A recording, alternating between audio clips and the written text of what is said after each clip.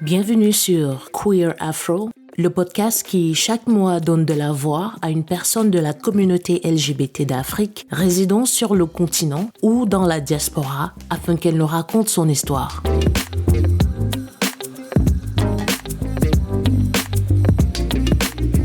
La première chose que j'ai envie de dire, c'était vraiment merci d'avoir pris le temps de t'asseoir avec nous et de discuter.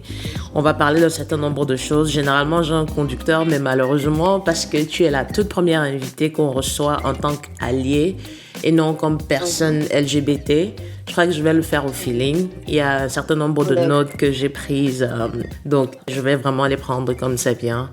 J'espère ne pas offenser, et si c'est le cas, ce sera involontaire de ma part. Non, mais ça va, on peut parler de tout. Je suis quelqu'un d'assez ouvert et je n'ai aucun souci avec ça. C'est un combat qui est le mien et je le fais pas dans l'anonymat, je le fais aux yeux du monde et il est important d'aborder des choses sans retenue et sans avoir peur de me poser une question. Tu peux me poser vraiment toutes les questions que tu veux sans limite. Merci pour cette brèche ouverte. Je vais faire l'effort de rester, polite. Alors, pour ceux qui ne te connaissent pas, est-ce que tu peux nous dire un peu qui tu es, d'où tu viens, ce que tu fais dans la vie et où tu vis en ce moment? Je m'appelle Olivia Hervy. J'habite à Paris. Je suis camerounaise. Je suis styliste et auteure de romans. Et bien sûr, militante LGBT depuis 2012. 2012, en fait, j'étais juste gay-friendly dès le début des années 2000, c'est-à-dire entre 2000 et 2001. Et en 2012, j'ai commencé à militer. Quand mon meilleur ami a eu des persécutions et emprisonné au Cameroun, je me suis engagée dans le combat LGBT. Voilà. En écoutant une de tes interviews avec Afri Impact Magazine, c'était l'année dernière, je me suis rendu compte qu'on avait un ami en commun. Alors, je ne sais pas si c'est de lui dont tu parles quand tu dis ton meilleur ami a subi des persécutions. Eric, paix à son âme, Eric Oui, tout à fait. D'accord. Eric, c'était mon meilleur ami, ouais. Je sais que j'ai pris des notes également sur les romans. On va revenir dessus, mais quel est ton premier contact avec la communauté LGBT, puisqu'il remonte à 2001-2002? Comment ça se passe? Voilà, alors, mon premier contact avec la communauté LGBT date des années 90 à Paris, parce que moi, j'habite à Paris depuis les années 90. J'habitais dans le quartier de Clichy, de la place Clichy, dans Brochon. Et dans le quartier, il y avait un bar de transformistes. D'ailleurs, c'est ce fameux bar qu'on voit dans le film Chouchou. Où Gad Elmaleh rencontre des amis dans le film, dans ce bar-là. Et avec des amis, un soir, on est rentré par erreur dans ce bar en pensant que c'était un bar normal, on va dire.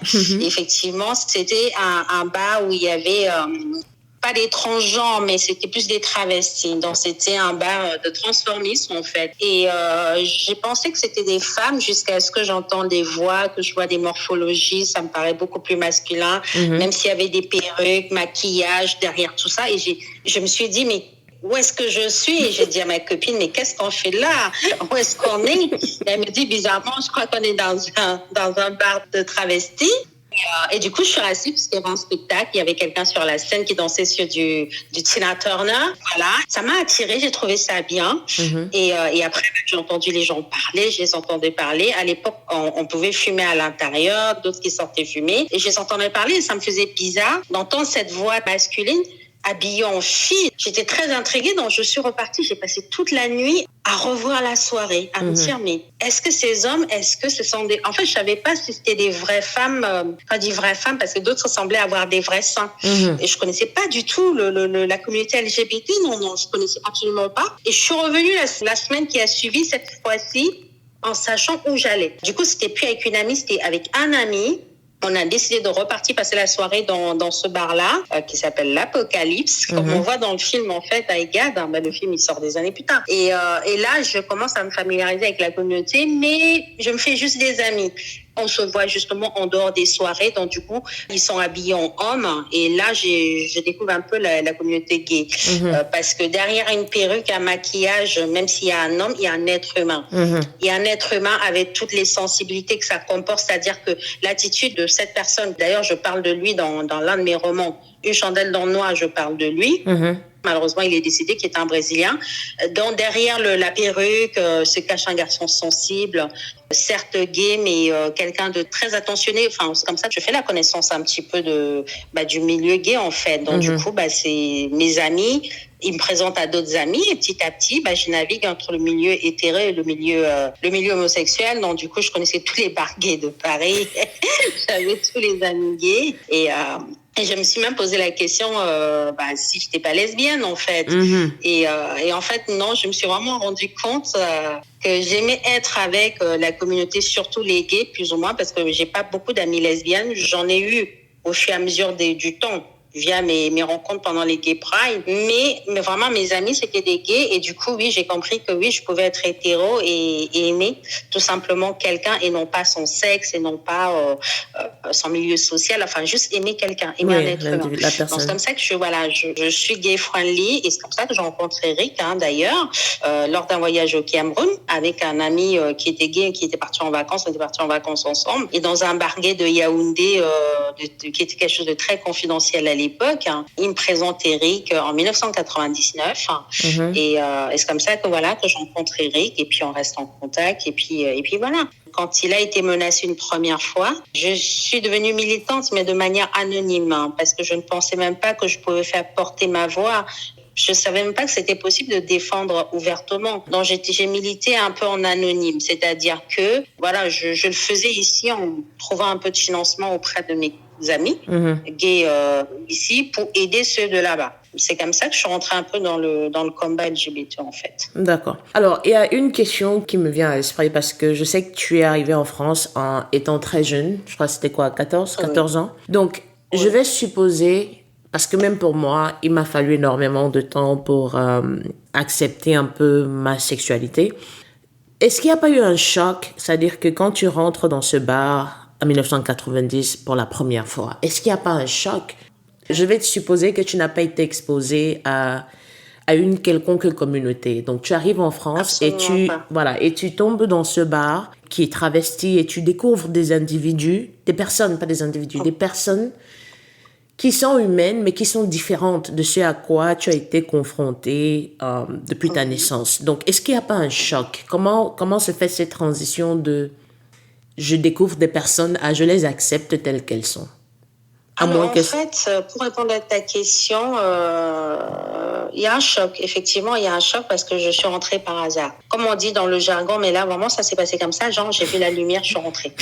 Dans le quartier de Pigalle, c'était un des quartiers, un peu comme le Marais à l'époque, qui n'était pas du tout conseillé aux filles de bonne famille. Mais moi, j'étais une rebelle. On avait décidé de faire la tournée des découvertes nocturnes, mais je m'attendais pas à rentrer dans un bar de transformistes. Donc, j'étais choquée. J'étais choquée, mais j'étais choquée perdue. Je ne sais pas comment expliquer. C'est un peu comme toi et moi, on va sur une plage et on découvre que c'est une plage naturiste. C'est-à-dire que tout le monde est nu. Et on a des vêtements. Il y en a deux solutions. Soit on repart en courant avant qu'on nous oblige à nous déshabiller. Soit on rejoint le mouvement. Soit on reste en disant, on va pouvoir mater des bites ou des seins. Et là, c'est gratuit. D'accord. Voilà. C'est là où soit on part en courant parce que voir des personnes nues, pour des personnes comme nous, on se sent choqué parce que ça se fait pas.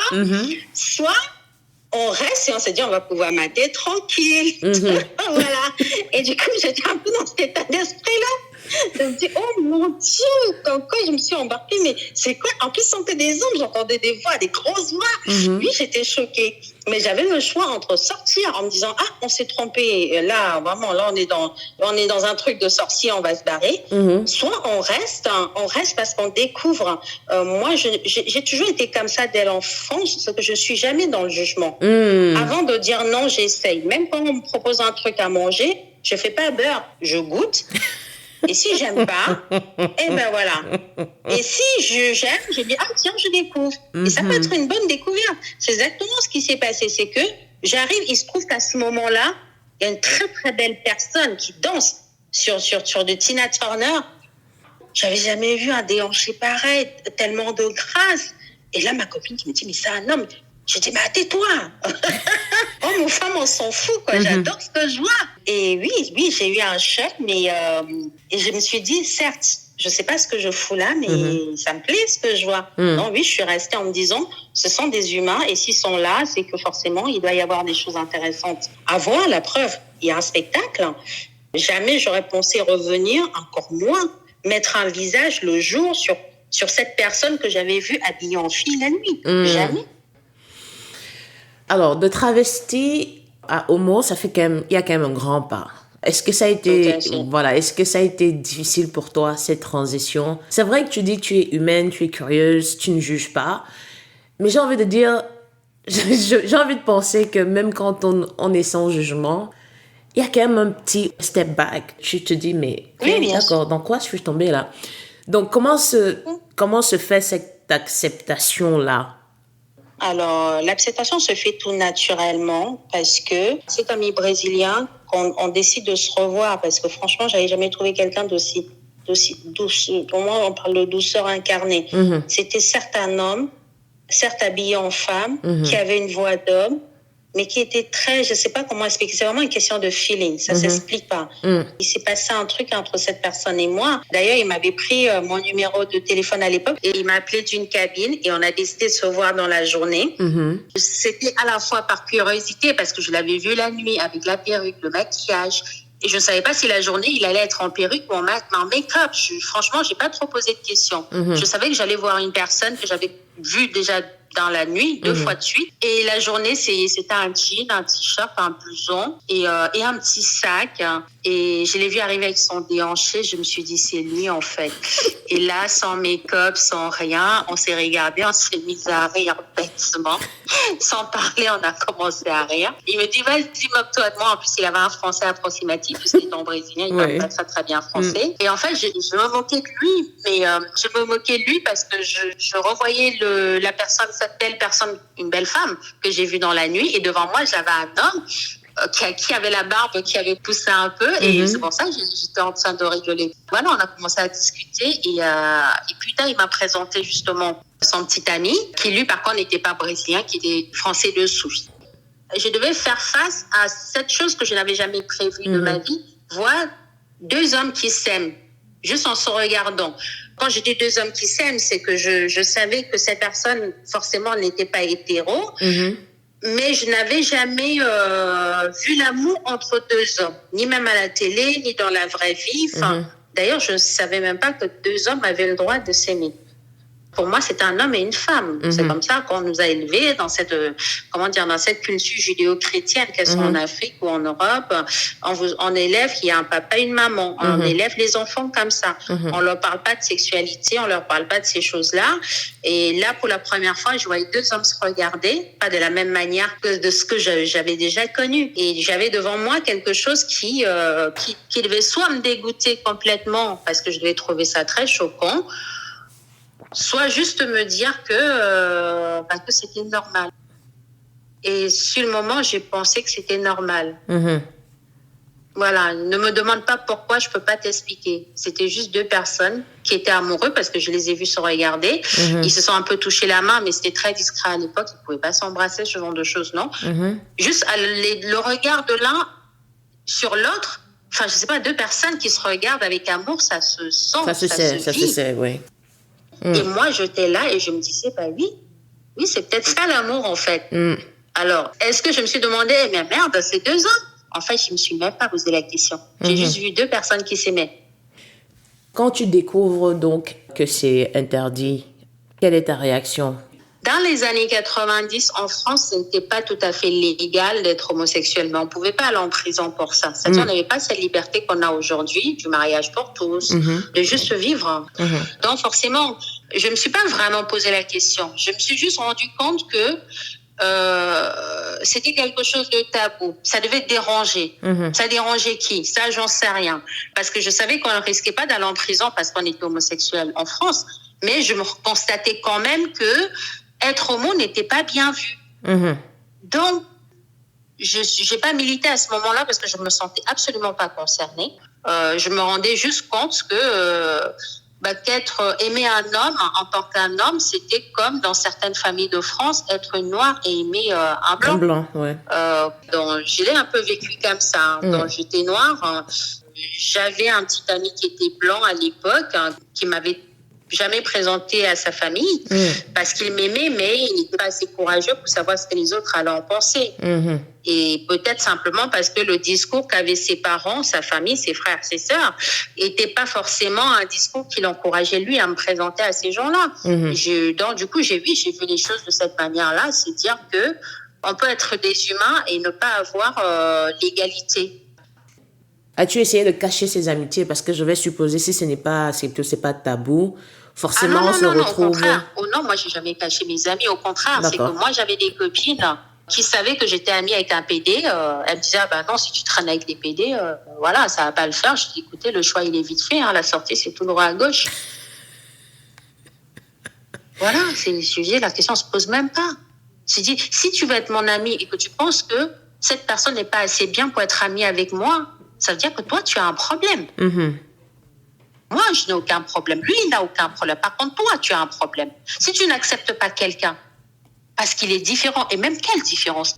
Aujourd'hui, et encore, je parle encore avec passion parce que ça me fait penser à une réflexion qu'on m'a faite. J'ai perdu une très, très bonne amie parce qu'elle ne comprenait pas ce que je fricotais avec les PD. Parce qu'elle trouvait que j'encourageais quelque chose qui était diabolique. Et c'est là où je lui ai dit, en fait, finalement, toi et moi, on n'a rien en commun. Ça anticipe un peu une question que j'avais qui devait arriver un peu plus tard, mais puisqu'on y est, est-ce que ça a été facile pour ta famille d'accepter ton implication dans les droits LGBT? Ta famille était proche? Non, absolument pas. Absolument pas. J'ai mis des années. J'ai mis plus de 20 ans. Par exemple, mon frère, j'ai un grand frère qui me parlait plus quand Roger est parti, quand Roger est sorti de prison et qu'il était malade. Quand il a su les sommes que j'avais dépensées de mon argent, il n'a pas compris comment je pouvais dépenser autant d'argent il le traitait comme, je veux pas dire comme un animal, je veux pas employer le mot. Il faut dire les choses telles qu'elles sont parce que c'est comme ça qu'elle nous voit, comme des animaux, Oui, voilà, comme une personne qui mérite pas de vivre et que il méritait ce qui lui arrivait parce qu'un homosexuel c'est pire qu'un chien, quoi. Voilà, donc on s'est pas parlé pendant très très longtemps parce qu'il disait que je faisais la promotion de l'homosexualité, donc de l'abomination. Il me disait qu'il n'était pas homophobe, mais les homos devaient être discrets. Les homos doivent être discrets, ils doivent raser les murs. Et moi, j'avais toujours ce problème avec ma famille. Quand je parle de ma famille, je parle de mes frères, je parle de mes sœurs, je parle même de ma mère. Celle qui m'a mise au monde, même dans ma famille, à un moment donné, on a pensé que j'étais lesbienne et que voilà. Je leur dis, si je l'avais été, je l'aurais assumé, mais à 200%. Mais c'est pas le cas. Permettez-moi de vous dire que j'aurais même aimé que ce soit le cas. Rien que pour vous faire chier. Malheureusement, c'est pas le cas. Voilà, pour vous, en tout cas, malheureusement pour vous, parce que pour moi, il y aurait jamais eu de problème. Effectivement, avec ma mère, avec mes frères, ils ne comprenaient pas cet engagement pour cette cause qui ne me concerne pas, puisqu'on faisait comprendre que c'était pas mon rayon, qu'il y avait des choses plus importantes à défendre. On m'a parlé des enfants dans le Nord Cameroun, des orphelinats. On m'a dit, on peut trouver des causes à défendre. Pourquoi tu défends des personnes qui transgressent les bonnes mœurs de la société? Moi, je parle de ma famille, je parle même pas des amis, je parle pas des connaissances, parce que les connaissances, je reçois des menaces de mort. Moi, j'expliquais à ma mère, moi, je pense qu'elle a compris, je lui ai dit, j'ai donné un exemple à ma mère quand mon petit frère avait fait des bêtises et qu'il avait été au commissariat. Moi, j'ai dit à ma mère, je t'ai vu au commissariat en train de pleurer tous les larmes de ton corps et en train de jurer devant les policiers que tu promets il va plus jamais recommencer et que tu étais même prête à donner ta vie pour lui. Pourtant, ton fils avait quand même fait une connerie. Et tu l'as fait pourquoi? Parce que c'est ton fils. Parce que même si ton fils fait des bêtises, tu l'aimeras toujours parce que c'est ton fils. Elle me dit, c'est normal parce que c'est mon enfant. Je dis, tu vois, c'est pareil. S'il avait été homosexuel, tu l'aimerais quand même. Elle me dit, non, c'est pas pareil. Je dis, si, parce qu'on ne choisit pas. On accouche un enfant, on n'accouche pas son cœur. Quand tu as accouché ton enfant, tu n'as pas décidé qu'il allait faire une bêtise et qu'il allait finir au commissariat. Au contraire, tu lui as donné une bonne éducation, ça ne l'a pas empêché de faire une connerie. Là, pour le coup, c'était un choix, la connerie. Mais imagine s'il ne l'avait pas choisi et qu'il était né comme ça. Moi, j'ai dit aux gens de ma famille, ceux qui ne comprenaient pas, ma grande sœur, je lui ai dit, on a une cousine qui a 3 enfants, dont un est albinos. Est-ce que tu penses que pendant sa grossesse, elle pensait qu'elle allait avoir un enfant albinos? Elle m'a dit non.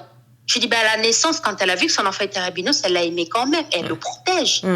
Elle le protège contre les coups de soleil. Elle le protège contre l'injustice. Elle le protège contre la méchanceté des personnes qui ne connaissent pas l'albinisme. Elle le protège contre plein de choses. Elle lui fait pas manger n'importe quoi. Faut pas qu'elle ait la peau abîmée. Oui. Elle redouble d'efforts pour protéger son enfant parce que son enfant est juste né différent.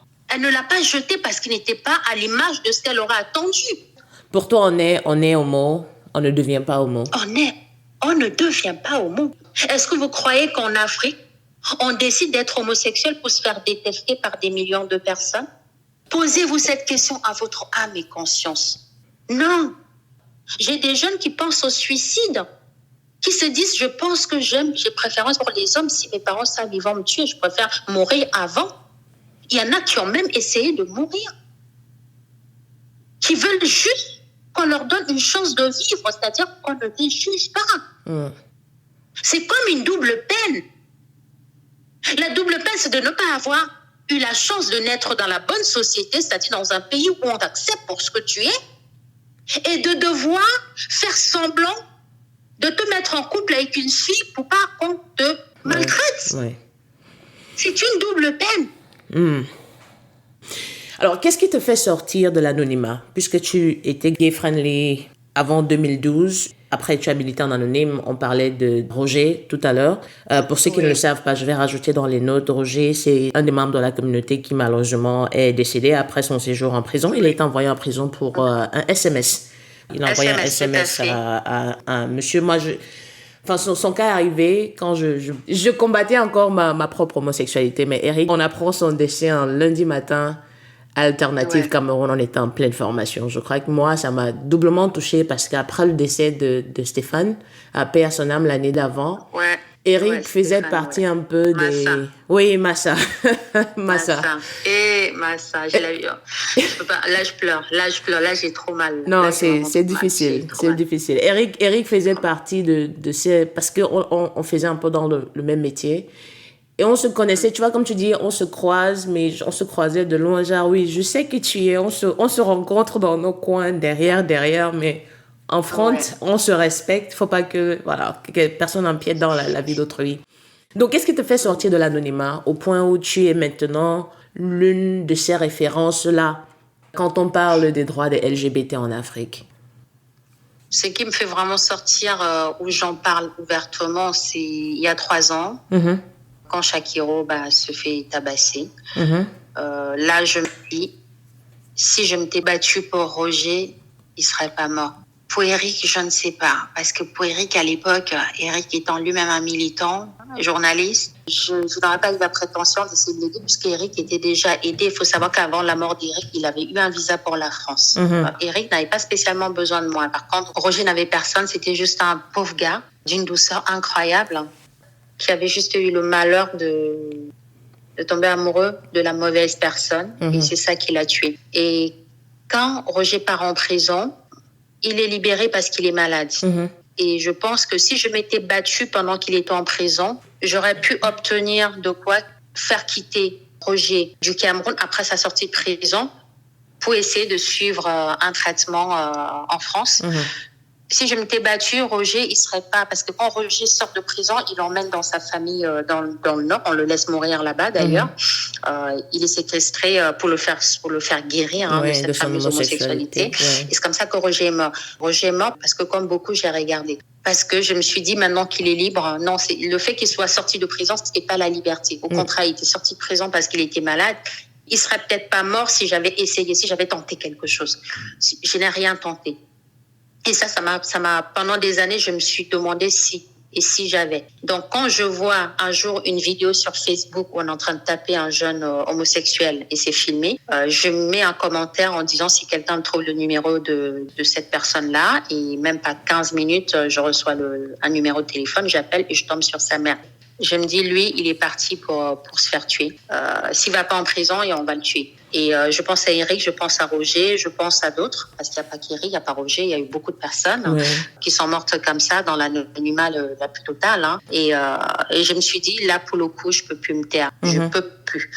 Je commence à contacter les associations, à appeler les élus ici. Je dis, voilà, je sais que ça se passe en Afrique, je sais que vous n'en avez rien à foutre, mais c'est des questions de vie ou de mort. Et là, je décide d'en parler, je décide de le dire.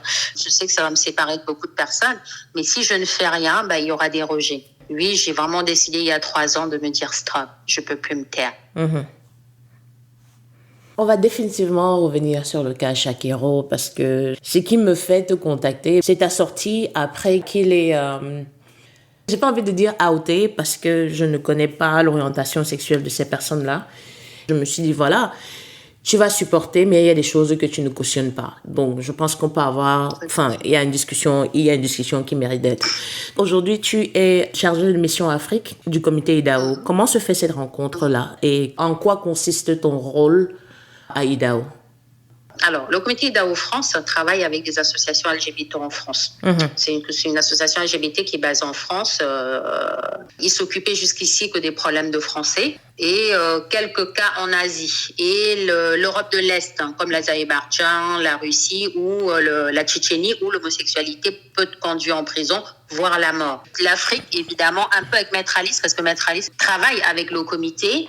Mais Maître Alice a tellement de choses à faire qu'elle ne peut pas s'occuper de tous les cas LGBT, ni même du Cameroun, encore moins de l'Afrique.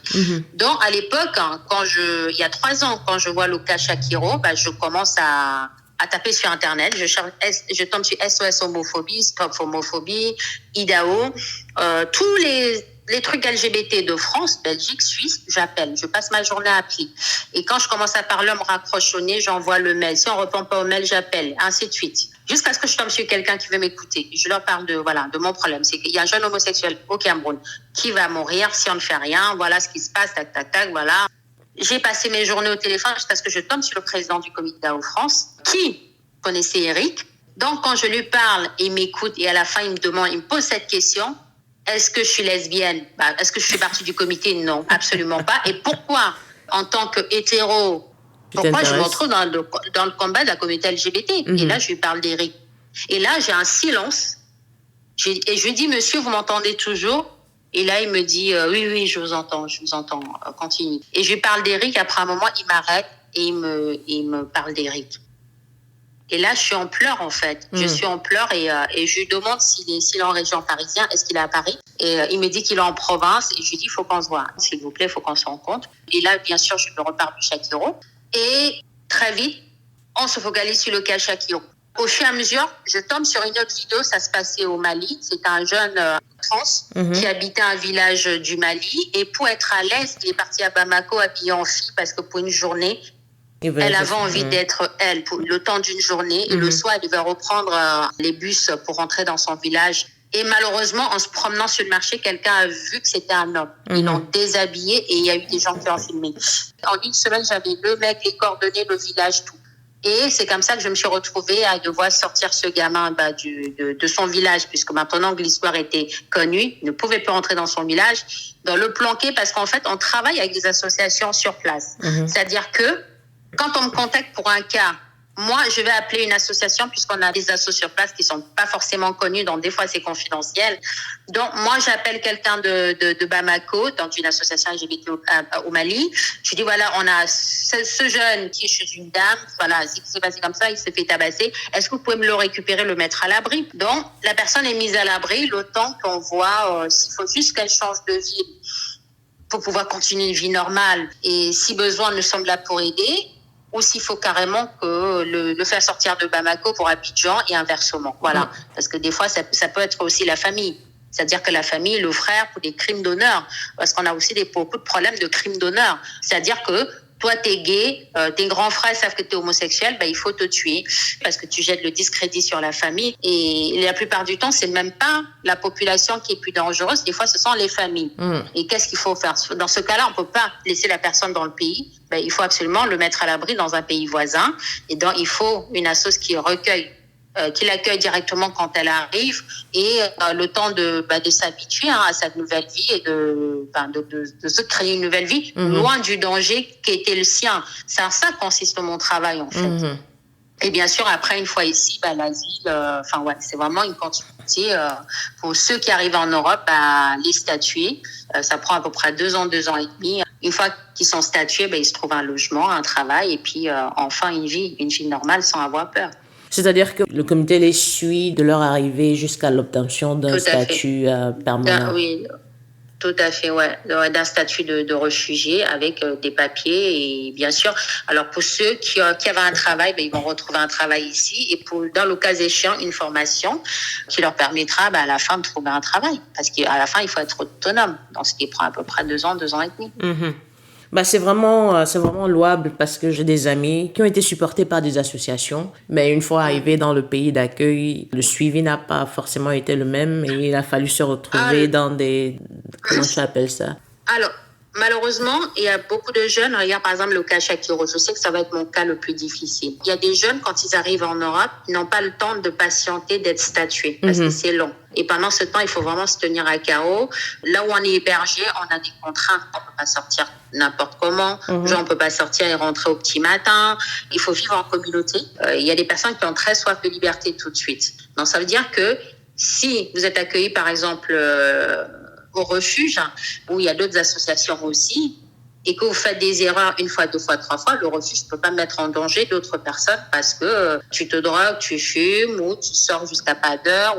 Dans le résultat, ça peut très bien ne pas se passer. Et qu'est-ce qu'ils vont faire? C'est qu'ils vont se retrouver abandonnés à eux-mêmes dans la mesure où, s'ils ne respectent pas le cahier des charges, ce qui est normal, parce que vivre en communauté, c'est respecter un cahier des charges. Le temps d'être statué, la plupart du temps, les associations vous laissent tomber. Et une fois que l'association vous laisse tomber, vous vous retrouvez dans la rue à errer, en fait. Vous n'avez pas de solution après. Mais à 90%, si vous suivez les règles et le cahier des charges des refuges, franchement, vous êtes statué. Et une fois que vous êtes statué, vous trouvez un travail, vous trouvez un logement. Moi, je peux en citer plein qui vont trouver un studio après, un petit boulot. Et puis, s'ils veulent bosser, s'ils sont des bosseurs, ils deviennent autonomes assez rapidement. Et en faisant un petit ami, la vie prend son cours. Donc, en fait, ça veut dire que c'est un contrat à 2 parties. On te sauve la vie, mais en retour, il faudrait que tu nous aides à maintenir ce contrat. Tout à fait. Pendant le temps d'être statué, tu dois absolument respecter certaines règles. Ça va de soi. Les horaires, tu as le droit de partir un week-end. Mais il faut avertir, il ne faut pas que ce soit... Genre, par exemple, tu as de la famille ou tu as un membre de la famille que tu n'as pas vu. Ou un pote, quelqu'un avec qui tu étais en contact quand tu étais en Afrique, tu arrives ici. Ah tiens, j'ai pas vu cette personne, elle habite pas à Paris ou elle habite très loin. Tu préviens les gens du centre en disant je vais aller voir telle personne qui habite à tel endroit et je reviens demain ou après-demain. Faudrait pas que ce soit toutes les semaines parce qu'en fait, vraiment, il y a des règles à respecter, ce qui est logique parce que vous êtes sur la responsabilité. Il faut savoir que l'ambassade ne donne pas le visa parce qu'on est homosexuel. Ce n'est pas une raison pour donner le visa. L'association qui vous fait venir en France a des engagements vis-à-vis des autorités. Vous prendre en charge pendant ces 2 ans. Cet argent, c'est pas une forme de caution qu'on le dépose. Cet argent est récupéré, évidemment, quand le statut de réfugié est accordé, évidemment, avec un titre de séjour, pour éviter justement que ces jeunes-là se retrouvent en errance. Il y a des engagements qui sont pris entre les ambassades, les autorités et les associations. La Cour nationale du droit d'asile estime que certains pays ne sont pas des pays à risque. Donc, vont refuser de statuer certaines parce qu'ils viennent du Cameroun ou du Sénégal ou même du Bénin ou le Niger. Parce que dans le code pénal du Niger, on ne va pas en prison parce qu'on est homosexuel. Mais être homosexuel au Niger est aussi dangereux qu'être homosexuel au Cameroun où on risque 5 ans de prison. Donc, la Cour nationale du droit d'asile estime que certains ne sont pas vraiment en danger dans leur pays, donc ils peuvent y retourner. Et ça, c'est le rôle des associations, se battre pour expliquer que votre vie est en danger, ou même de la personne en général est en danger dans son pays, pour qu'elle soit statuée. Et il y a des enquêtes aussi, parce que si la Cour nationale du droit d'asile se rend compte que la personne qui arrive en tant que réfugié LGBT, finalement, on l'a vu dans un pacte en train d'embrasser une femme ou inversement, je veux dire, tout n'est pas rose. On a vraiment des vraies victimes, et puis il y a des personnes qui ne sont pas si victimes que ça. Mais malheureusement, pour eux, moi, mon devoir, c'est d'aider. Quand je crois à une histoire, je me bats pour elle.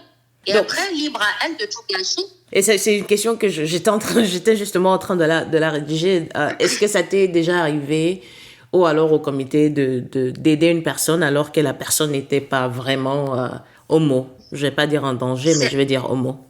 C'est arrivé une fois avec un Sénégalais. Bon, voilà, qu'est-ce qu'on peut faire? Rien.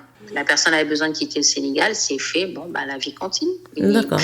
Notre devoir, c'est vraiment d'aider des personnes qui ont réellement besoin, pas des opportunistes. Est-ce que ça t'arrive de te rendre dans ces pays-là où les personnes LGBT sont persécutées?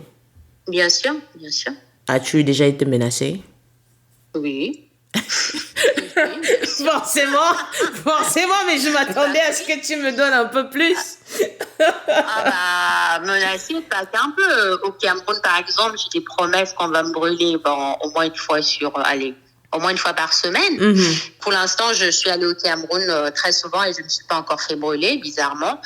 Moi, je reçois des fois des DM, je ne publie pas tout, mais des fois, c'est tellement violent que je suis obligée de publier pour dire aux gens, faites attention. Être derrière un clavier ne vous donne pas le droit de me menacer moi. Je veux dire, comme je leur ai dit, mourir pour cette cause-là ne me dérange absolument pas. Je n'ai pas peur de mourir. Mourir dans un accident de voiture, franchement, ça me fera chier. Mourir pour mes idées, non. D'accord. Non. Alors, parlons du cas Shakiro, mais vraiment, asseyons-nous dessus une minute pour en parler. Je n'ai pas envie de mégenrer, mais Shakiro dit souvent la femme dans la peau d'un homme, et je n'ai pas prêté suffisamment attention pour retenir les pronoms que Shakiro utilise. Est-ce que tu les connais pour que je ne puisse pas mégenrer? Alors, Shakiro, franchement, Shakiro ne se considère absolument pas comme un homme. D'accord, donc c'est elle. Parce que oui, c'est elle, Okay. vraiment. C'est elle, pourquoi? Parce qu'en fait, je vais t'expliquer un peu Shakiro. Shakiro, en fait, c'est aujourd'hui, vu les traumatismes qu'elle a reçus depuis des années, et même le fois où elle s'est fait tabasser, je peux même pas compter. Ou si elle est vivante, c'est que vraiment, c'est parce qu'il y a un Dieu qui existe, sinon elle serait morte depuis. Quand je parle à Loïc, qui est Loïc, je n'ai pas le même discours que quand je parle à elle. Shakiro est en guerre avec elle-même. C'est-à-dire que quand il y a eu l'affaire de la sextape, j'ai beaucoup parlé avec Loïc qui m'a vraiment promis. Et je lui ai dit, arrête, tu peux promettre à tes parents, tu peux promettre à tes voisins, tu peux promettre à tous les Camerounais que tu vas rester un homme, tu seras toujours un homme. À moi, ne me fais pas cette promesse-là parce que je sais que c'est pas vrai. Parce que tu te bats contre ta part masculine. Mais au fond de toi, on sait. Et je ne dis pas on parce que je suis dans ta peau, mais parce que je te parle depuis tellement longtemps que je sais que dans ta tête, tu n'es pas un homme. Tu essaies d'être un homme pour qu'on te laisse tranquille. En fait, elle s'est battue longtemps à essayer de s'habiller en homme, à essayer de faire comme un homme, à même laisser la barbe pousser. Et à un moment donné, elle s'est dit, fais chier. C'est comme ça et pas autrement. Shakiro est vraiment une femme qui est juste née dans le mauvais corps. Alors, on pourrait demander pourquoi autant d'exhibitions, pourquoi autant de provocations, pourquoi elle n'est pas la seule trans du Cameroun. C'est l'une de mes questions parce que j'ai reçu ce matin des vidéos d'elle en train, j'ai dit mais pourquoi, mais why? En fait, comme elle me dit, elle est morte depuis longtemps. Donc en fait, je pense que Shakiro est dans une phase de dépression telle que on parle de l'autodestruction, un peu une forme de suicide. Comme je disais, parce qu'avant qu'on se parle ce soir, j'étais en train de parler avec le président du comité pour un autre cas qui s'est passé hier soir, où il faut absolument trouver une solution d'urgence. Et on est revenu un peu à Shakiro vite fait. C'est un peu comme quelqu'un qui va faire une tentative de suicide. Ça va rater, on va l'emmener en hôpital psychiatrique, on va le bourrer de calmants, elle va sortir, elle va aller mieux jusqu'à la prochaine tentative. La différence, c'est que Shakiro n'a absolument pas les moyens de voir un psy. Et Shakiro, quand elle est dans cette phase de dépression terrible, ressent le besoin de provoquer. Pourtant, des fois, ça démarre bien. C'est-à-dire, elle va commencer à parler normalement, à faire un direct normalement. Et on ne sait pas pourquoi ça part en couille. Pardon l'expression pour ceux qui Non, il n'y a pas de problème. Il n'y a pas de problème. Et on va pas savoir pourquoi ça part en couille. Elle va commencer à se déshabiller, à tomber la perruque, à partir dans tous les sens. Chacun a besoin d'être suivi psychologiquement et c'est un traumatisme qu'on peut pas expliquer. Je pense être capable de comprendre parce que j'ai vu les 3 dernières années cette folie et surtout depuis sa sortie de prison, ça s'est empiré. En prison, elle a été violée très très souvent et quand elle se fait violer, elle se fait tabasser par d'autres prisonniers et les gardiens décident de la mettre en cellule d'isolement avec les chaînes. Donc, quand elle est restée enchaînée à se faire ses besoins dessus, à ne pas pouvoir se laver, à manger dans sa propre merde pour quelque chose qu'elle n'avait pas fait, je pense qu'on parle de l'injustice. Ça, c'est le visage même de l'injustice. Difficile de survivre à ça. Je ne trouve pas des excuses à Shakiro. J'essaie de comprendre comment on peut survivre à ça. Moi, je ne sais pas si j'aurais survécu à une telle injustice. Mais sa réaction, elle n'est pas de se lamenter ou de pleurer toute la journée. En fait, c'est qu'elle sort de là, elle est révoltée. Et c'est juste le résultat de ce qu'on peut voir sur Internet, même si moi, ça me met hors de moi. Même si moi, ça me met en colère. Même si moi, on m'interpelle en disant, voilà ce que tu soutiens, c'est toi qui l'encourage. Des fois, je suis obligée de faire une mise au point, comme j'ai fait l'autre jour. Mais je sais au fond de moi que la réaction, elle n'est peut-être pas la bonne. Sa sortie, quand elle a fait ce qu'elle a fait par rapport à ces deux autres comédiens, c'était pas, au contraire, c'était même très, très grave ce qu'elle a fait. C'est qu'elle est dans une révolte incroyable. Elle a le sentiment que la terre entière est contre elle. Quelle est la meilleure manière d'aider Shakiro aujourd'hui? C'est-à-dire que qu'est-ce qu'il faut faire? En fait, aujourd'hui, la seule solution pour aider Shakiro, déjà, c'est qu'elle va passer au tribunal la semaine prochaine. En espérant que la Cour ne tient pas compte de ces sorties des dernières semaines, là. Et qui est la relaxe. Parce que si elle la relaxe, la solution, ce sera vraiment que Shakiro quitte le Cameroun. Parce qu'en fait, tant qu'elle est au Cameroun, elle a le sentiment que de toute façon, elle n'a plus de vie. Quitter le Cameroun serait vraiment l'urgence absolue, rencontrer un thérapeute, faire la paix avec lui-même, soigner ses blessures, les blessures psychologiques.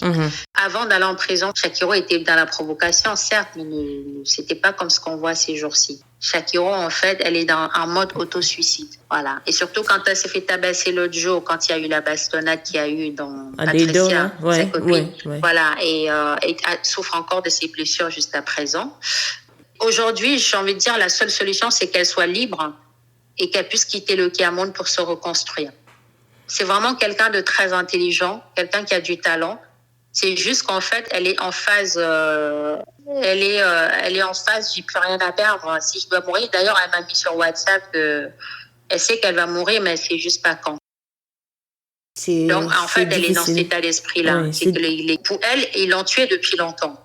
Et moi, je lui dis non, personne ne t'a tué, en fait. C'est juste que tu n'as pas la capacité de penser grand, de penser que tu as le droit de partir et de te reconstruire. On a tous droit à une seconde chance. Laisse-moi t'aider à avoir cette seconde chance. Mais c'est difficile. C'est difficile quand quelqu'un pense que c'est fini. Et que toi, tu es là à lui dire non, baisse pas les bras. Est-ce que ça rend ta défense envers elle un peu plus compliquée? C'est-à-dire que... Bien sûr. La vérité, c'est pas compliqué. Comme je l'ai dit dans la vidéo, c'est que la libération de Shakiro, je me suis beaucoup battue parce qu'elle était condamnée à 5 ans ferme. Oui, j'aimerais qu'on revienne un peu. Je pense que quand on connaît le Cameroun, il y a des personnes qui sont en prison depuis 3 ans et qui n'ont jamais été jugées encore. Oui. Et quand tu es jugé et que tu prends 5 ans ferme, tu ne fais pas appel tout de suite et on te libère. C'est quoi les conditions de la libération? Parce que j'ai essayé de suivre un peu le fil conducteur, mais je n'ai pas eu, et malheureusement, parce que les médias vont se concentrer sur les faits à sensation ou sensationnels et ne pas te donner le fond de l'information. Donc, c'est quoi les conditions de sa remise en liberté? Alors, aujourd'hui, je ne peux pas donner les détails des conditions, de la personne qui, voilà. Moi, la seule chose que je peux dire, et que tout le monde le sait, c'est que dès lors où elle a été en prison, j'ai commencé à remuer les médias. Non pas pour embêter la justice du Cameroun, parce que je respecte les lois du Cameroun, je respecte cette justice du Cameroun. C'était pour éviter un deuxième rejet. Quand elle a été condamnée à 5 ans ferme, j'ai eu le sentiment d'avoir échoué et pas simplement moi. Toutes les personnes qui sont battues, Hamlet, Brice, Alice Com, Alexandre Marcel, moi, Hamlet, Brice, Alice, ils sont au Cameroun. Le président du comité ne m'aime pas en France. Donc, moi, je devais être la personne qui devait remuer les médias pour qu'on ne nous laisse pas tomber. C'était mettre la lumière sur le Cameroun. Malheureusement, il fallait absolument que la lumière soit braquée sur le Cameroun, sur les droits de l'homme, sur des sujets des droits de l'homme. Parce que le Cameroun a signé la convention à Genève, la convention des droits de l'homme. Le Cameroun a signé. Et quand on a signé cette convention, on ne peut pas être au-dessus de ce qu'on a signé. J'étais pas en train de remettre en question la justice de mon pays. Je disais simplement, vous avez signé cette convention et aujourd'hui vous appliquez le contraire. Au nom de quel principe? De la suspicion d'homosexualité. Et quand bien même il y aurait eu flagrant délit d'homosexualité, il s'agit de la notion de vie privée. Mais là, pour le coup, ce n'était même pas le cas. C'était une simple suspicion d'homosexualité. Je me suis juste basée là-dessus pour essayer de faire en sorte que tous les médias en parlent. Pour que s'ils doivent, comme avec Roger, le mettre en prison pour longtemps, qu'ils sachent que ça se fera aux yeux du monde. Donc, quand il y a eu ça et qu'il y a eu cette condamnation à 5 ans ferme, on a décidé de faire appel. Mais il a fallu, et j'ai eu beaucoup de chance quand je passe sur TV5 et que, entre autres, il n'y avait pas que le Cameroun, il y avait le cas du Sénégal, il y avait le cas du Bénin, et bien sûr cette fameuse Cour nationale du droit d'asile qui estimait que le Cameroun, le Sénégal, tous ces pays, c'était des pays sûrs pour la communauté LGBT. 3 semaines après, et bien sûr, avec l'aide des autres associations, ils ont décidé que le Cameroun n'était plus un pays sûr pour les LGBT. Donc, on ne pouvait pas envoyer quelqu'un au Cameroun alors qu'il était homo. Mais d'un autre côté, j'ai eu la chance, quand je suis sortie de TV5, mon téléphone a sonné. C'était quelqu'un d'important dont je ne dirais pas qui c'est. Moi, la seule chose, elle m'a dit, OK, moi, je t'écoutais sur TV5, qu'est-ce que je peux faire pour toi? Et je lui ai dit, on prépare un dossier en appel. La seule chose que je peux vous demander, parce qu'on s'est dit tu qu'après, la seule chose que je peux vous demander, c'est, il sera jugé, mais libérez-les et vous allez pouvoir rejuger après et estimer si vraiment eux, ils méritaient de faire 5 ans de prison. Mais on m'a pas dit que ça allait se faire. On m'a dit, je vais voir ce que je peux faire. Et j'ai raccroché en me disant, c'est une bouteille à la mer. 3 jours avant le procès en appel, qui a été assez rapide, mais très, très, très rapide, je savais qu'elle sera libre, voilà. Je lui ai dit, quand il est sorti, parce que lui, je parle de lui au masculin, là, pour le coup, tiens-toi à carreau parce que tu n'es pas libre. C'est une liberté provisoire, c'est-à-dire que nous avons déposé un dossier en appel, tu seras jugé certainement à une date ultérieure, on ne sait pas encore quand. En attendant, tu es libre, en attendant d'être jugé. Ça veut dire que tu peux retourner en prison à tout moment. Et malheureusement, comme tu le sais, tu as pu voir sur Facebook, entre la liste de ses amants, entre le fait de outer des personnes qui n'ont absolument rien demandé, il n'y a plus qu'à espérer qu'il la relaxe dans quelques jours, puisque c'est la semaine prochaine, et qu'enfin, les deux puissent avoir le droit de prendre l'avion et de partir. Voilà, aujourd'hui, est-ce que j'ai peur? Oui, j'ai peur. J'ai peur que les 5 ans soient confirmés en appel. Et là, pour le coup, il n'y aura plus moyen. Et après, il restera la Cour européenne des droits de l'homme. Mais voilà, quoi, ça va être un combat quand on sait que la personne en question n'a absolument rien fait pour rester libre. Donc, ce sera peut-être la fin de mon combat pour Shakiro si l'appel est confirmé. J'aurais plus qu'à pleurer et attendre. Attendre quoi? On le sait tous. Elle survivra jamais 5 ans de prison. Jamais.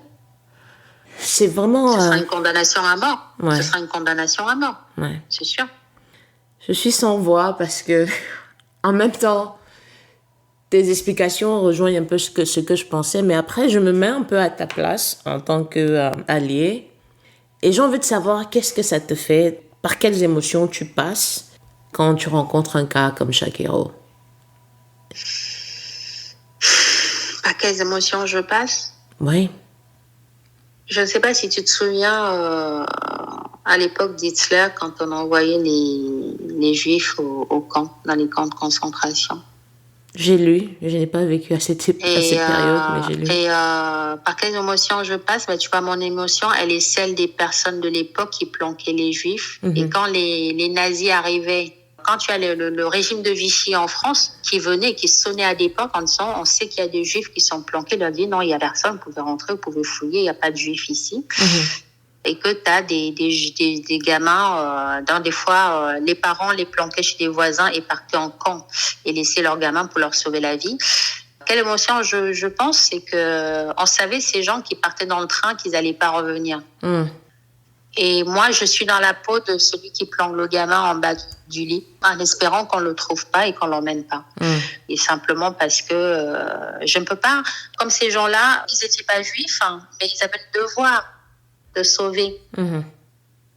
Voilà, pour moi, c'est comme un devoir. Je ne peux pas l'expliquer autrement. L'extermination des Juifs à l'époque, j'ai envie de dire, c'est pas comparable. Mais moi, quand je vois la réaction des homophobes, certains qui sont d'une virulence, il faut les brûler, il faut les tuer, ils méritent pas de vivre. Si j'ai un enfant homo, je le brûle. Oui, je le vis comme ça. Je le vis comme ça et je me dis, si je peux empêcher ça, c'est mon devoir. Je ne peux pas faire comme si c'était normal. Je ne peux pas faire comme si ce n'était jamais arrivé, puisque Eric est mort, Roger est mort. Aujourd'hui, ils sont sur Wikipédia. Au moins, on leur doit ça. Moi, je leur devais ça. Qu'on ne les oublie pas. Et ironie du sort, Shakiro est libéré le 13 juillet. La date à laquelle Eric est mort. Il y a des choses qui ne s'expliquent pas.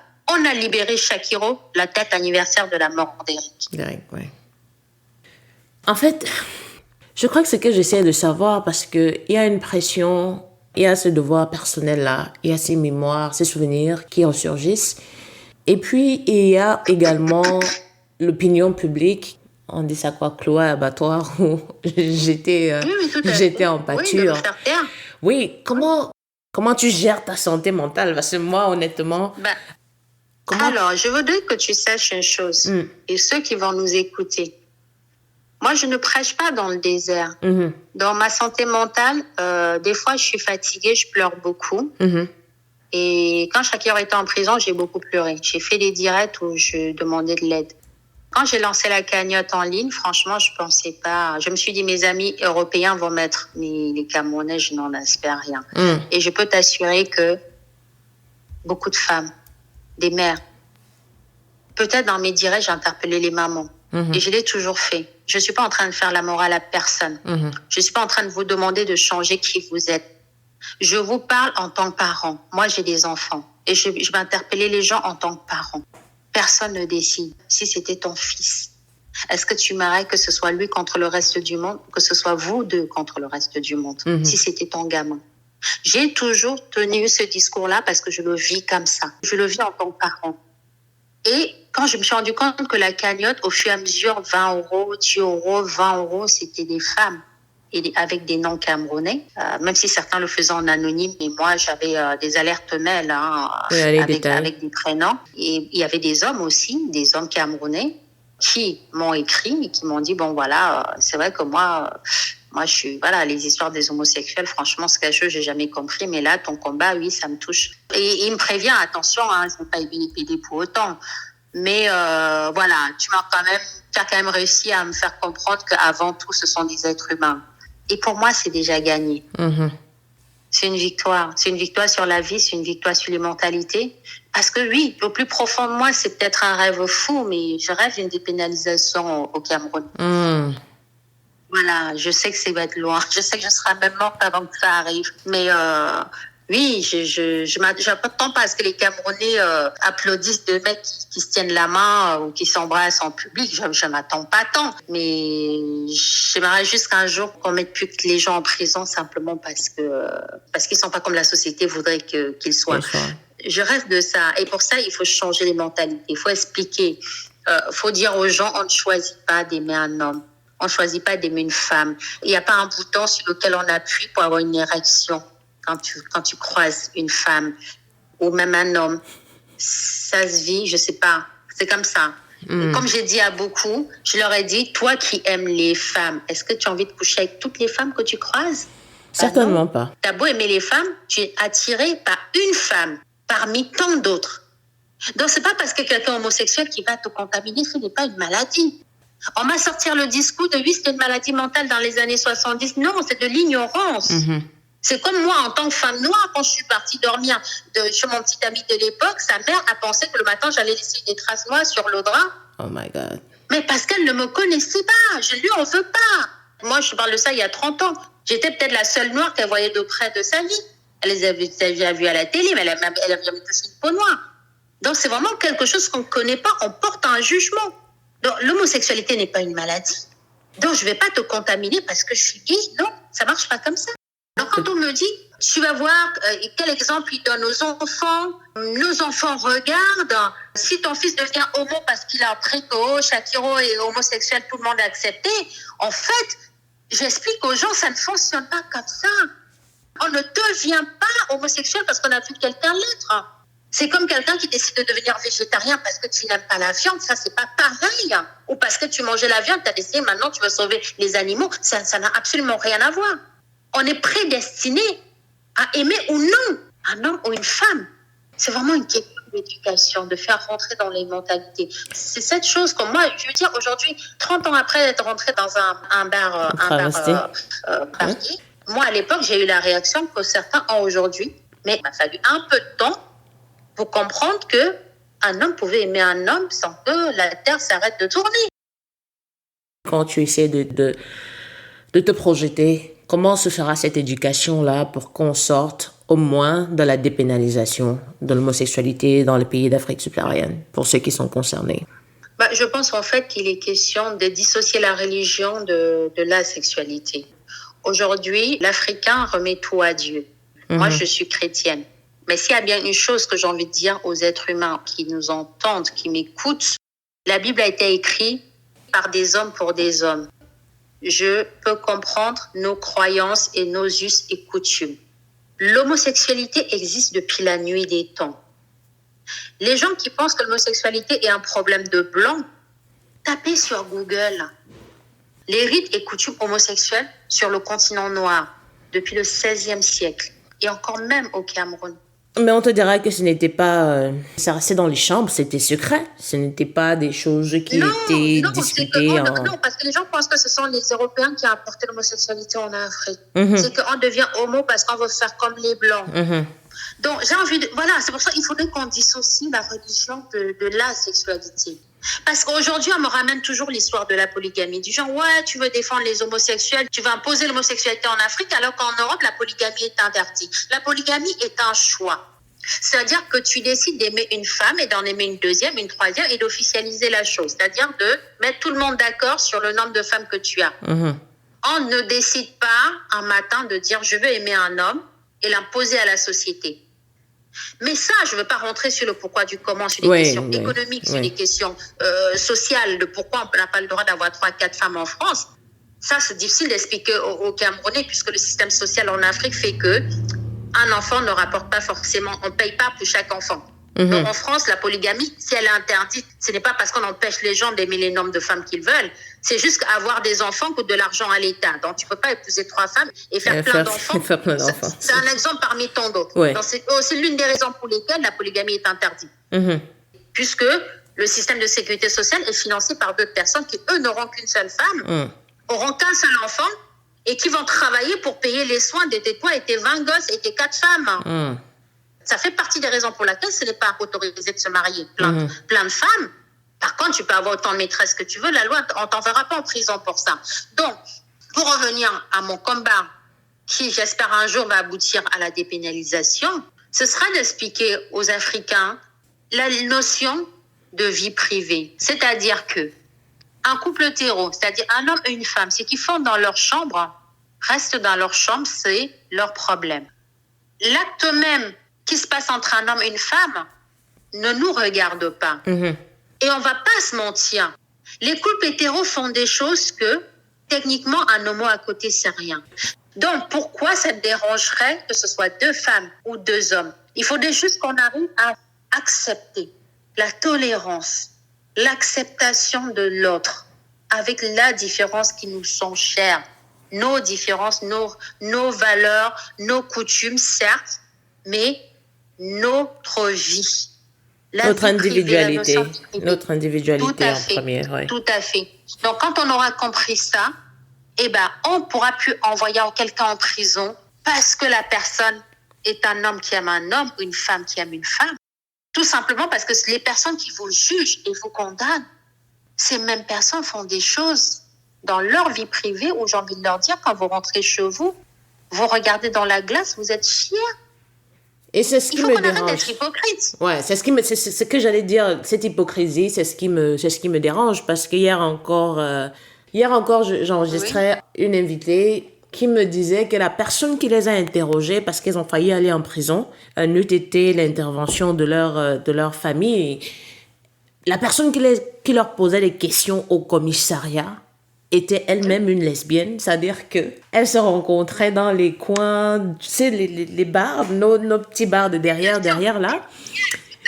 Voilà. Où tout le monde connaît tout le monde. Oui, mais c'est la première personne à leur poser, c'était la personne la plus difficile qu'elles ont eu à gérer. Oui, alors justement, faut savoir une chose, et j'en ai déjà repéré beaucoup, je ne veux pas rentrer dans les détails. Quand la sextape de Shakiro a fuité, l'homme de la sextape n'envoyait pas le visage. Et moi, j'ai dit, si jamais tu meurs, je ne veux pas que tu meurs seul. Il n'a pas voulu me donner. J'ai tellement mis la pression qu'il a fini par me le lâcher. Je lui ai dit que de toute façon, je ne vais jamais balancer. Et quelle fut ma surprise dans un groupe quand j'ai vu la personne, mais d'une virulence incroyable. C'est-à-dire que les homophobes, la plupart qui sont, ça dit il faut les brûler. La plupart, en fait, ils ne sont pas sortis du placard. Donc, plus ils sont violents, plus ils pensent que ça ne saura pas. Donc, effectivement, quand cette personne a fait un post, moi, j'ai fait un post sur mon mur sans citer son nom. Je lui ai juste donné la date, le lieu et malheureusement que tu es son âme achalée. Et je lui ai dit, pour ça, je n'ai rien dit. Mais si dans 30 minutes, tu n'as pas supprimé ce que tu as mis sur ton mur et ce que tu as mis dans tel groupe, je peux fuiter la vidéo où on voit ton visage en train de te faire sucer sur WhatsApp. Mais n'est-ce pas... Même pas un quart d'heure. Non, vas-y. Je voulais dire que ça rentrait... Elle avait supprimé, la personne avait supprimé et est venue en DM me demander pardon. Je lui ai dit, mais pourquoi tu as besoin d'être aussi virulent? Mais est-ce que est-ce que le balancer, c'est résoudre le problème? Non, ben moi, j'avais pas l'intention de le faire. C'est une façon de dire à cette personne, si tu n'as rien à dire, comme beaucoup que je connaisse, tais-toi.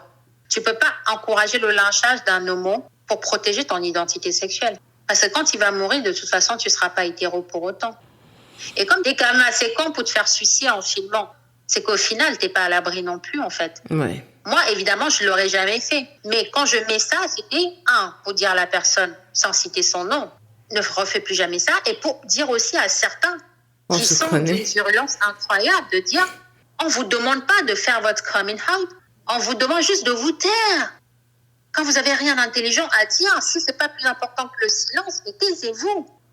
Et pour les LGBT, c'est vrai que le comité IDAO ne peut pas sauver toutes les personnes persécutées ou victimes de violences à cause de leur orientation ou leur identité. Qu'est-ce que tu leur dirais? Comment est-ce qu'ils pourraient survivre dans ces conditions-là en attendant peut-être une dépénalisation? Ne soyez pas quelqu'un que vous n'êtes pas. Ne vous mettez pas dans la peau d'un autre pour cacher qui vous êtes, parce que d'une manière ou d'une autre, ça ressort. Je n'ai pas envie de vous dire que vous pouvez vous prendre la main et vous embrasser dans la rue comme les hétéros, parce qu'on n'est pas prêt, cette société n'étant pas prête. Ne vous attirez pas forcément plus d'ennuis. Je vous demande pas de vous cacher. Je vais prendre un exemple simple d'une situation que, ça s'est arrangé depuis 1 an. C'est un médecin de l'armée camerounaise. Qui, pour éviter justement par rapport à sa famille et ses amis de l'armée, m'a demandé de l'aide pour me mettre en relation avec une LGBT, donc du coup une lesbienne, dont les deux sont dans une colocation. Leur vie, ça fonctionne comme ça depuis 2 ans et demi. Je ne dis pas que c'est la meilleure des manières, mais ça reste une des manières d'avoir une vie, une sexualité sans raser les murs. Aujourd'hui, c'est vraiment ce qui arrive le plus, que je conseille le plus à des personnes. Alors après, il faut les mettre en relation. La mise en relation se fait naturellement parce que les deux veulent protéger leur famille, veulent protéger leur vie. Et parce que c'est vraiment une question d'organisation pour pouvoir gérer les factures ensemble, les 4, parce que c'est très souvent, c'est 4 personnes. Donc, qui ne vivent pas à 4 ensemble, mais qui vivent à 2 ensemble. Et pour les 2 autres, c'est pratique de pouvoir quitter leur quartier pour pouvoir avoir une relation sans raser les murs, tout simplement. Aujourd'hui, c'est la solution. Après, il y en a plein d'autres. Malheureusement, dans le milieu LGBT, il y a énormément de libertinage. Ce n'est pas du tout péjoratif, ce que je veux dire. C'est que dans le milieu... Ah non, c'est la réalité. C'est la réalité. La réalité. Dans le milieu hétéro, quand un homme aime une femme et qu'il est vraiment amoureux, la plupart du temps, il essaie d'être un peu fidèle au début. Et après, il peut la tromper, mais bon, voilà. Dans le milieu LGBT, c'est compliqué. Ça peut aimer 2 personnes en même temps de la même manière. Donc, c'est très difficile de construire dans ce sens-là. Mais la plupart du temps, oui, c'est ce que je conseille. Voilà. Je crois que c'est ce qu'on observe de plus en plus, même au niveau de la procréation. C'est ce qui se fait. Oui, la GPA, justement. Ouais, effectivement. Ouais. J'ai un collègue de boulot qui a un fils maintenant, qui a 7 ans. Et justement, ça s'est fait comme ça. Donc, du coup, c'est une garde partagée. À ce jour, quel est ton meilleur souvenir dans ton combat pour les droits des LGBT? Mon meilleur souvenir, c'est un Tunisien qui est un homme qui avait un super boulot jusqu'à ce que sa famille tombe sur des textos qu'il avait échangés avec un autre homme et qu'il soit pratiquement mort, parce que franchement, ils ont failli le tuer. Et de justesse, lui, mon meilleur souvenir, c'est que maintenant, il est en France, il a un travail, il s'est reconstruit, il est français maintenant, il est naturalisé.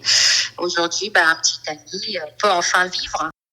En Tunisie, il a passé toute sa vie à faire semblant et que, oui, j'ai envie de dire que lui, c'est mon plus beau souvenir parce que renaître, une renaissance. Et le pire? Une renaissance, tout simplement. Et le pire? Le pire souvenir, c'est d'avoir jamais rien fait pour Roger. Voilà. Roger. Voilà, et je passerai toute ma vie à me dire que si j'avais essayé, peut-être que. Et je le dis encore, et encore même des années après, oui, c'est un souvenir qui monte. Personne ne mérite de mourir, mais mourir pour un SMS, j'ai encore du mal. Même des années après, ouais, ça reste mon pire souvenir. Est-ce qu'on dirait que tes deux premiers romans, Une chandelle dans le noir en 2013 et L'amour sans cœur en septembre 2014, si j'ai les dates exactes, Oui. C'est des hommages que tu rends aux personnes LGBT que tu as rencontrées? Une chandelle dans le noir, oui. Une chandelle dans le noir, je parle longuement de l'histoire entre deux femmes qui s'aiment, où ceux qui ont lu étaient vraiment persuadés, vu les scènes décrites, que c'était moi et une autre femme. Bon, je ne vais pas me justifier là-dessus.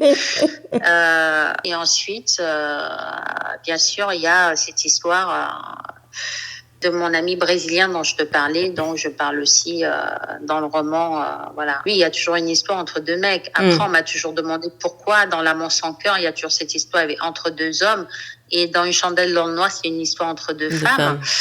Bah, parce que oui, j'ai eu envie d'écrire là-dessus.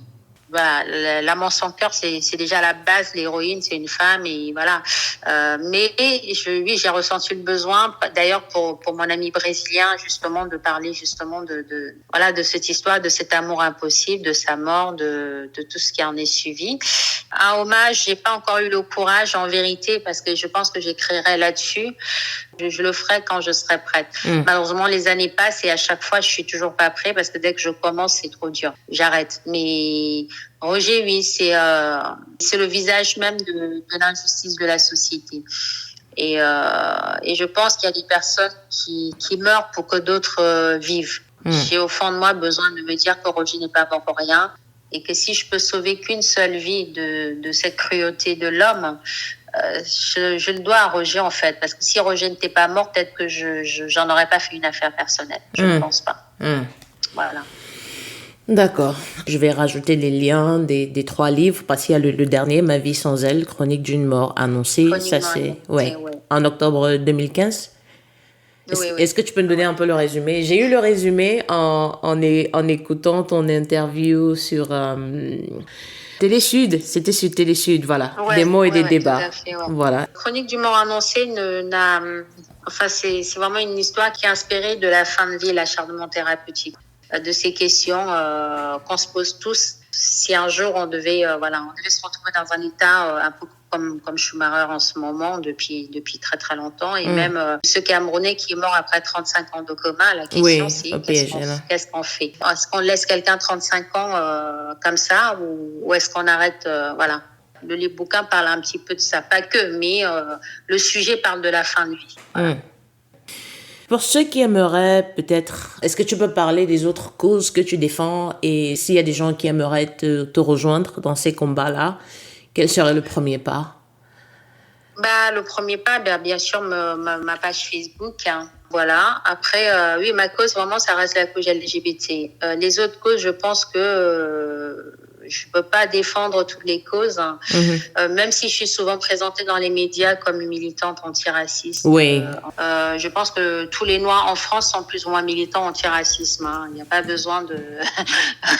quand on n'est pas d'origine française blanche, on est forcément militant antiraciste, hein, parce qu'on crie au racisme à chaque fois qu'on subit une injustice qui est liée au racisme. Mais mon combat, moi, c'est le combat des droits de l'homme en général. Voilà, les droits de l'homme et des minorités sexuelles. Voilà, quand je parle de hétéro-solidaire pour l'égalité des droits, ça résume un peu qui je suis, en fait. Voilà. Alors, on n'a pas besoin d'être gay pour défendre les gays. Je pense qu'on a juste besoin d'être un humain. Voilà, tout simplement. D'accord. Écoute, je ne vais vraiment pas achever cette discussion sans t'opposer. C'est-à-dire que toutes les personnes à qui j'ai dit, je vais parler à Olivia Hervé aujourd'hui, elles m'ont demandé, demande-lui à quel boire elle appartient. Et je vais reformuler la question parce qu'en début d'interview, quand tu parlais du bar travesti sur lequel tu es tombé en 90, tu as dit, avant de dire non, j'essaye. Et j'aimerais savoir, en fait, si ça t'est arrivé. C'est cliché, c'est vraiment cliché, c'est vraiment très bas. Mais je ne peux pas m'empêcher de ne pas te poser la question. Je suis désolée. Est-ce que ça t'est arrivé de... Écoute, Ouais, un jour en vacances, on avait bu, j'ai embrassé une copine, mais franchement, ça m'a laissé de glace. Mhm. Mhm. Non, Mhm. définitivement, voilà, définitivement. Enfin, je l'ai pas fait pour savoir si j'étais attirée par les femmes, parce qu'on n'a pas besoin d'embrasser une femme pour savoir si on est attiré par une femme. Mhm. Il m'arrive de trouver une femme très jolie, Mhm. mais je la regarde plus en tant que professionnelle, en me disant, tiens, je lui mettrai telle robe, tiens, voilà. Mais sexuellement parlant, non, mais ça veut pas dire que oui, j'ai embrassé une fille un jour, mais voilà quoi. Enfin, j'ai pas eu envie de renouveler l'expérience. Merci d'avoir répondu. Merci d'y avoir répondu, franchement. La dernière question, est-ce qu'aujourd'hui tu designs toujours? Designes-tu toujours et tiens-tu toujours? Okay. Toujours. Je design toujours, mais plus pour un groupe. Mhm. Donc là, oui, je vais lancer une petite ligne de body. Donc, pour dans pas longtemps d'ailleurs, là, je vais commencer à faire des photos sur moi-même parce que trouver une fille qui accepte de se foutre à poil et que je mets sur Facebook, c'est pas encore gagné. Après, j'ai pas forcément envie de payer un mannequin à la lingerie pour ça. Je me suis dit, bah, écoute, j'ai 46 ans, je suis pas encore morte, je peux le faire. Et puis, bah, si ça marche, tant mieux. Si ça marche pas de souci, quoi. Donc, oui, effectivement, je continue, mais plus comme avant, il y a 10 ans, où je faisais 2 collections par an. Ça me coûtait 50 à 60 000 euros à chaque fois. Non. Et le parfum? Je fais plus. Le parfum, toujours, est toujours commercialisé. J'avais fait un réassort à Noël. Il m'en reste encore, je crois, 1 ou 2 cartons de ce que j'avais fait à Noël. Mais sinon, c'est toujours commercialisé, mais plutôt en Asie. Le parfum est commercialisé plus en Asie. Alors, le parfum, il est commercialisé en Asie, mais c'est pas moi, c'est sur licence. Donc, moi, je touche juste un pourcentage sur les ventes sous forme de royalty. D'accord. J'aimerais savoir s'il y a une question que tu aurais aimé que je te pose vis-à-vis de ton activisme et que peut-être qui m'a échappé. Non, je pense qu'on a vraiment fait le tour. On a fait le tour de l'essentiel de la raison pour laquelle on fait cet entretien aujourd'hui.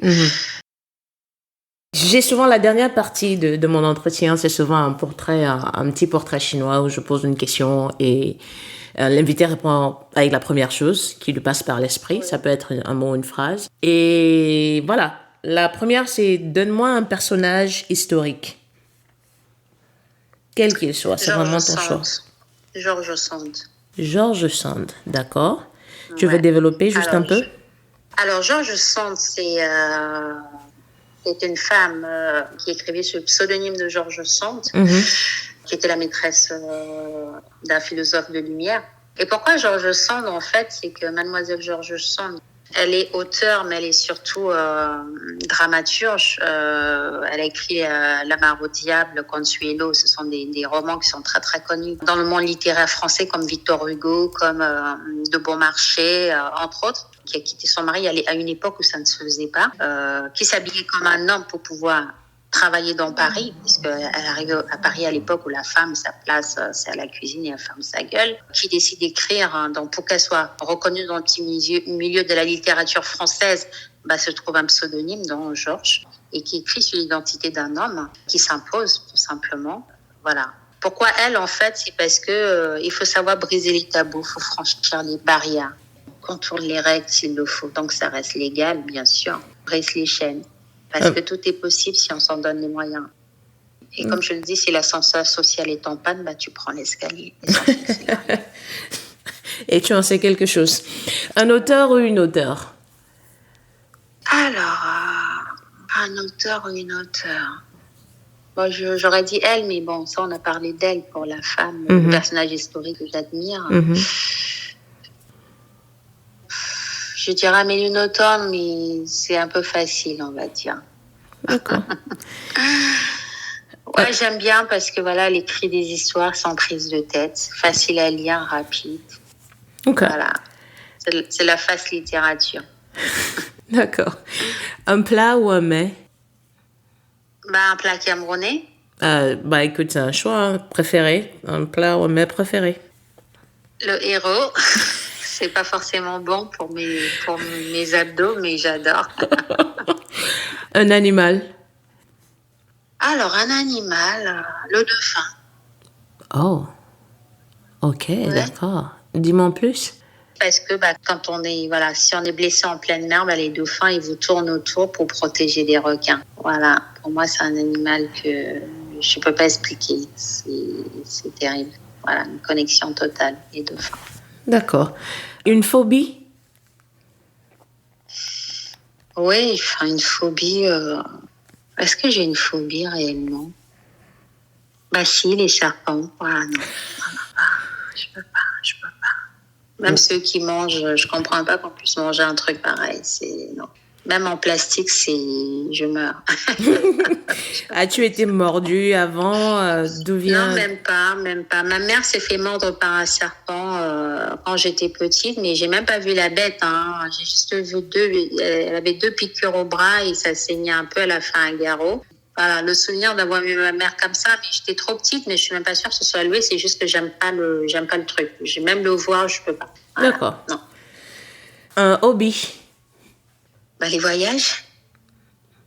Quelle est ta destination préférée? Ça reste les Caraïbes malgré tout, même si j'ai pour projet de partir en Afrique, mais plutôt en Afrique de l'Est. Mm-hmm. Le Kilimanjaro. J'ai envie de faire le Kilimanjaro. Mais bon, la Covid est venue tout gâcher. Mais avant la Covid, je revenais de Montego Bay en Jamaïque. Donc, j'avais pour prochaine destination le Kilimanjaro. Ça n'a pas pu se faire, mais ça va être ma prochaine destination. Enfin, si tout se passe bien. D'accord. Une série télévisée? Et non, je dirais New York, unité spéciale. Quand je tombe dessus, je regarde. Mais sinon, voilà. D'accord. Un film préféré? Alors, on va oublier les films sur la mode, mais La couleur pourpre. Qu'est-ce qui t'a marqué dans ce film pour que tu le cites? Je pense qu'il faut que tu regardes le film. D'accord. Ouais. J'en dirai pas plus. La couleur pourpre. Ouais. Je vais laisser la page Google ouverte pour que je puisse revenir dessus. Et ce qui, met fin plus ou moins de manière officielle à cette conversation. Merci, mais vraiment merci du fond du cœur de t'être prêté à l'exercice et d'avoir répondu aux questions de manière sincère, honnête, parfois passionnée. Ouais, un peu trop, je trouve. Et encore, j'ai essayé de te laisser la parole parce que c'est pas évident. Quand il s'agit de certains combats, je m'arrête plus. Et si tu devais conclure? Écoute, si je devais conclure, en fait, je vais m'adresser à la communauté LGBT en Afrique et même aux alliés, même à des personnes qui ne se sentent pas concernées par la cause, de se dire qu'on est tous libres et égaux. Pour ceux qui se sentent oppressés, de ne jamais baisser les bras. Vous n'êtes pas inférieur à qui que ce soit. Personne n'a le droit de vie ou de mort sur quelqu'un. Personne. Ne vous laissez pas intimider. Je ne vous demande pas d'aller à la confrontation, mais simplement de ne jamais perdre confiance en vous. Ne perdez absolument pas confiance à la personne que vous êtes. Regardez-vous dans la glace et dites-vous, je suis comme je suis, je m'aime comme je suis. Personne ne devrait vous dire que vous êtes des moins que rien parce que vous ne rentrez pas dans un moule. Personne. Ils ne sont pas plus heureux que vous parce qu'ils sont hétéros. C'est pas à vous de vous adapter à eux. C'est à eux de vous accepter comme vous êtes parce que vous êtes comme ça.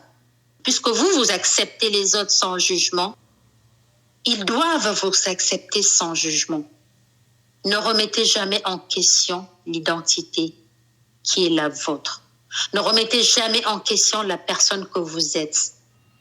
Parce que votre bonheur passera par l'acceptation de votre identité réelle. Et quand vous allez vous aimer, les autres vont vous aimer. De gré ou de force, ils vont vous aimer. Mais aimez-vous. Parce que moi, je vous aime. Voilà, je conclus là-dessus.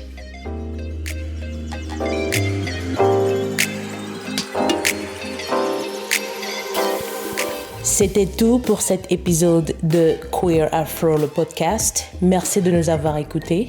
Le podcast est disponible sur toutes les plateformes de téléchargement de podcasts et n'hésitez pas à nous envoyer votre feedback ou vos questions via notre compte Twitter @queerafro ou à l'adresse email podcast@queerafro.com. D'ici là, sortez couverts et à bientôt. À la prochaine.